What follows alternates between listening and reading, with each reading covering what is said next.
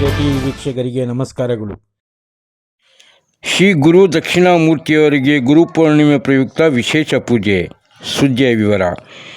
ಕೋಲಾರ ಮುಳಬಾಗಿಲು ರಸ್ತೆಯ ಕೋಲಾರಮ್ಮ ಕೆರೆ, ಅಮಾರಿಂಕೆರೆ ಕೆಟ್ಟೆ ಮೇಲೆ ಇರುವ ಪರಶುರಾಮ ಮಹಾಗಣಪತಿ ಹಾಗೂ ಗುರು ದಕ್ಷಿಣಾಮೂರ್ತಿ ದೇವಾಲಯದಲ್ಲಿ ಗುರು ದಕ್ಷಿಣಾಮೂರ್ತಿಯವರಿಗೆ ಗುರುಪೂರ್ಣಿಮೆ ಪ್ರಯುಕ್ತ ಗುರುವಾರ ಬೆಳಗಿನ ಜಾವ ಗಣಪತಿ ಪೂಜೆ, ಗುರು ದಕ್ಷಿಣಾಮೂರ್ತಿ ಸ್ವಾಮಿಗೆ ಪಂಚಾಮೃತ ಅಭಿಷೇಕ, ವಿಶೇಷ ರುದ್ರಾಭಿಷೇಕ ಮತ್ತು ಹೂವಿನ ಅಲಂಕಾರ. ಬೆಳಿಗ್ಗೆ 9ಕ್ಕೆ ಮಹಾಮಂಗಳಾರತಿ ಹಾಗೂ ತೀರ್ಥ ಪ್ರಸಾದ ವಿನಿಯೋಗ ನಡೆಯಿತು. ಬೆಳಿಗ್ಗೆ 9ರಿಂದ ರಾತ್ರಿ 10ರವರೆಗೆ ಗುರು ದಕ್ಷಿಣಾಮೂರ್ತಿ ಸ್ವಾಮಿಯವರ ದರ್ಶನ ನಡೆಯಿತು. ಈ ಸಂದರ್ಭದಲ್ಲಿ ಸಾವಿರಾರು ಭಕ್ತರು ಸ್ವಾಮಿಯ ದರ್ಶನ ಪಡೆದು ದೇವರ ಕೃಪೆಗೆ ಪಾತ್ರರಾಗಿ ಪ್ರಸಾದವನ್ನು ಸ್ವೀಕರಿಸಿದರು. ದೇವಸ್ಥಾನದಲ್ಲಿ ನಡೆದ ಎಲ್ಲ ಪೂಜಾ ಕಾರ್ಯಕ್ರಮಗಳಿಗೆ ಸಿ ಸೋಮಶೇಖರ್ ದೀಕ್ಷಿತ್ ಅವರ ಮಗ ಕಾರ್ತಿಕ್ ದೀಕ್ಷಿತ್ ಅವರು ನೆರವೇರಿಸಿಕೊಟ್ಟರು. ವರದಿ ಪರ್ವೀಜ್ ಅಹಮದ್. ನಮಸ್ತೆ. ಇದು ಗುರುಪೂರ್ಣಿಮೆ ವಿಶೇಷ ದಕ್ಷಿಣಾಮೂರ್ತಿಗಳದ್ದು. ಇಲ್ಲೂ ಗುರು ಪೂರ್ಣಿಮೆ ಅಂದರೆ ಗುರುಗಳ ಒಂದು ಕೃಪೆ, ಅದನ್ನು ಪೂರ್ತಿಯಾಗಿ ವಿಸ್ತಾರವಾಗಿ ಸ್ವಾಮಿ. ಗುರು ದಕ್ಷಿಣಾಮೂರ್ತಿ ಅಂತಂದರೆ ಗುರುವೇ ಸರ್ವಲೋಕಾನಾಂ ಭೇಜೇ ಭವರೋಗಿಣಾಂ ನಿಧಗೇ ಸರ್ವವಿದ್ಯಾನಾಂ ಶ್ರೀ ಗುರು ದಕ್ಷಿಣಾಮೂರ್ತಿ ಅಂತ. ಈ ಗುರುಪೌರ್ಣಿಮೆ ಪ್ರಯುಕ್ತ ಈ ಗುರು ಅನ್ನೋ ದೇವರುಗಳನ್ನ ನಾವು ಆರಾಧನೆ ಮಾಡೋದ್ರಿಂದ ಸರ್ವ ನೋಡಿ, ದೋಷದಲ್ಲಿ ಅಧಿದೇವತೆ ಅನ್ನೋದು ದಕ್ಷಿಣಾಮೂರ್ತಿ ಅಂತ. ಯಾವುದೇ ಒಂದು ದೋಷ ಬಂದ್ರೂ ನಾವಿಲ್ಲಿ ಕಾಳಹಸ್ತ್ರಿಗೆ ಹೋಗ್ತೀವಿ ದಕ್ಷಿಣಾಮೂರ್ತಿ ದೇವಸ್ಥಾನದಲ್ಲಿ ಪರಿಹಾರ ಮಾಡೋಕ್ಕೆ. ಹಾಗಾಗಿ ಇಲ್ಲೇ ದಕ್ಷಿಣಾಮೂರ್ತಿ ಇದ್ದಾರೆ ಸ್ವಾಮಿ, ಗುರು ದಕ್ಷಿಣಾಮೂರ್ತಿ. ಪ್ರತಿ ವರ್ಷ ಸ್ವಾಮಿಗೆ ಗುರುಪೌರ್ಣಿಮೆ ಪ್ರಯುಕ್ತ ಸ್ವಾಮಿಗೆ ವಿಶೇಷವಾಗಿ ಬೆಳಗಿನ ಜಾವ ಮಹಾಗಣಪತಿ ಪೂಜೆಯಿಂದ ಪ್ರಾರಂಭ ಆಗುತ್ತೆ.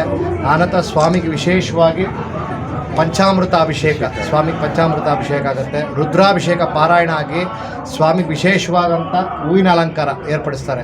ಏನಕ್ಕೋಸ್ಕರ ಈ ಸ್ವಾಮಿನ ಆರಾಧನೆ ಮಾಡ್ತಾರೆ ಅಂತ, ಗುರುಪೌರ್ಣಿಮೆಗೆ ಯಾವೊಂದು ಕಷ್ಟಗಳು ನಮ್ಮವರೆಗೂ ಬರಬಾರ್ದು ಅಂತ ಹೇಳ್ಬಿಟ್ಟು ಆ ಸ್ವಾಮಿ ಗುರು ಕೃಪಾ ಎಲ್ಲ ಆಶೀರ್ವಾದ ಇದ್ರಂದು ಗುರು ಆಶೀರ್ವಾದ ಇಲ್ಲ ಅಂತಂದರೆ ಯಾವ ಕೆಲಸನೂ ಆಗಲ್ವಾ ಅಂತೆ. ಅದಕ್ಕೆ ಗುರು ಆಶೀರ್ವಾದ ಇರಲೇಬೇಕು.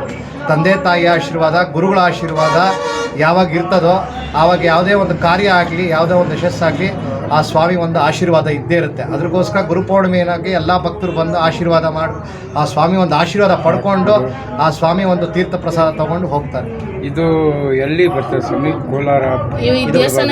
ಇದು ಕೋಲಾರಮ್ಮನವರು ಶತಶೃಂಗ ಸಮೀಪೆ ಪರಶುರಾಮ ಕ್ಷೇತ್ರೇ ದಂಡಕಾರುಣ್ಯೆ ಕೋಲಾಹಲಪುರಾಧೀಶ್ವರಿಂದ ಆ ಗ್ರಾಮ ದೇವತೆ ಕೋಲಾರಮ್ಮನವ್ರನ್ನ ಪ್ರತಿಷ್ಠಾಪನೆ ಮಾಡಿರುವಂಥವ್ರು ಪರಶುರಾಮರು. ಆ ಸ್ವಾಮಿನ ಪರಶುರಾಮರ ಪ್ರತಿಷ್ಠಾಪನೆ ಮಾಡಿ ಈ ಕೆರೆ ಕಟ್ಟೆ ಮೇಲೆ ನಿಂತ್ಕೊಂಡಿದ್ದಾರೆ. ಇದು ಮುಳಬಾಗಿಲು ರಸ್ತೆ ಇದೆಯಲ್ವಾ, ಗಾಂಧಿನಗರ ಮುಳಬಾಗಿಲು ರಸ್ತೆ ಮೇಲೆ ಸ್ವಾಮಿ ಆತನೇ ಸ್ವಯಂ, ಅಂದರೆ ಯಾರು ಪ್ರತಿಷ್ಠಾಪನೆ ಮಾಡಿಲ್ಲ, ಆತನೇ ಸ್ವಯಂ ಬಂದು ನಿಂತ್ಕೊಂಡಿರೋದು ಪರಶುರಾಮ ಸ್ವಾಮಿ. ಆಚೆಗೆ 15-20 ವರ್ಷದಿಂದ ದಕ್ಷಿಣಾಮೂರ್ತಿ ಗಣಪತಿ ಇಲ್ಲಿ ಪ್ರತಿಷ್ಠಾಪನೆ ಆಗಿದೆ.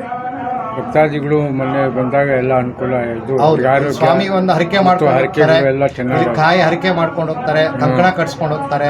ಸ್ವಾಮಿಗೆ ಮನೆಗಿಲ್ಲ ಅಂತ ಬಿಟ್ಟು ಕಾಯಿ ಹರಕೆ ಮಾಡ್ಕೊಂಡು ಹೋಗ್ತಾರೆ. ಅವರ ಇಷ್ಟಾರ್ಥಗಳನ್ನು ಸ್ವಾಮಿ ನೆರವೇರಿಸ್ಕೊಡ್ತಾರೆ. ಮತ್ತೆ ಆ ಸ್ವಾಮಿ ಹತ್ರ ಬಂದು ಪೂಜೆ ಮಾಡಿಸ್ಕೊಂಡು ಹೋಗ್ತಾರೆ. ಆಮೇಲೆ ಹುಣ್ಣಿಮೆ, ಅಮಾವಾಸ್ಯೆ ದಿವಸ, ಅಮಾವಾಸ್ಯೆ ಹುಣ್ಣಿಮೆಗೆ ಇಲ್ಲಿ ವಿಶೇಷವಾಗಿ ಹುಣ್ಣಿಮೆಗೆ ಸತ್ಯನಾರಾಯಣ ಸ್ವಾಮಿ ಪೂಜೆ ಅಂತ ಇಲ್ಲಿರುತ್ತೆ.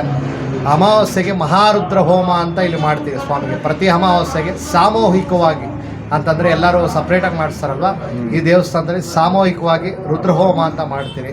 ಇವಾಗ ಕಲ್ಯಾಣ ಇರಲ್ವ, ಅದ್ರಗೋಸ್ಕರ ಗುರು ಕಲ್ಯಾಣ ಹೋಮ ಅಂತ ಮಾಡ್ತೀರಿ. ವಿದ್ಯಾಭ್ಯಾಸ ಇರಲ್ಲ, ವಿದ್ಯಾಗುರು ಹೋಮ ಅಂತ ಇಲ್ಲಿ ಮಾಡ್ತೀರಿ ಸ್ವಾಮಿಗೆ. ವಿಶೇಷವಾಗಿ ಈ ಗುರು ಹೋಮ ಅಂತಂದರೆ ಕಡಲೆ, ಆ ಸ್ವಾಮಿಗೆ ಇಷ್ಟಾರ್ಥ ಅಂತಂದ್ರೆ ಕಡಲೆ.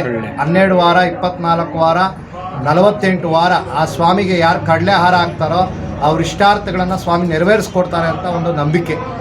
ಅಂದರೆ ಇವತ್ತು ಸಾವಿರಾರು ಸಂಖ್ಯೆ ಬೆಳಿಗ್ಗೆಯಿಂದ ಭಕ್ತರು ಬರ್ತಾ ಇದ್ದಾರೆ. ಇನ್ನು ಜನಸಾಗರವೇ ಬರ್ತಾ ಇದೆ. ಹೌದು, ಎಲ್ಲರೂ ರಾತ್ರಿ 10:30ವರೆಗೂ ಅವಕಾಶ ಇದೆ ಭಕ್ತರಿಗೆ ಸ್ವಾಮಿ ದರ್ಶನ ಮಾಡೋಕ್ಕೆ. ಯಾಕಂದರೆ ಬೆಳಗ್ಗೆ 3 ಗಂಟೆಯಿಂದ ಜಾವದಿಂದ ಪ್ರಾರಂಭ ಆಗಿರೋದು ಪೂಜೆ, ನೈಟ್ 10:30ವರೆಗೂ ಇರುತ್ತೆ.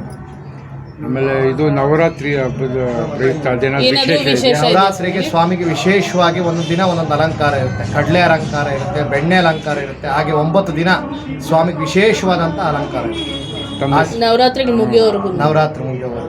ನಮ್ಮ ಹೆಸರು ಕಾರ್ತಿಕ್ ದೀಕ್ಷಿತ್ ಅಂತ. ಪ್ರಧಾನ ಅರ್ಚಕರು ಬಂದು ಸೋಮಶೇಖರ್ ದೀಕ್ಷಿತರು, ಅವ್ರ ಮಗ ಕಾರ್ತಿಕ್ ದೀಕ್ಷಿತ್. ತುಂಬ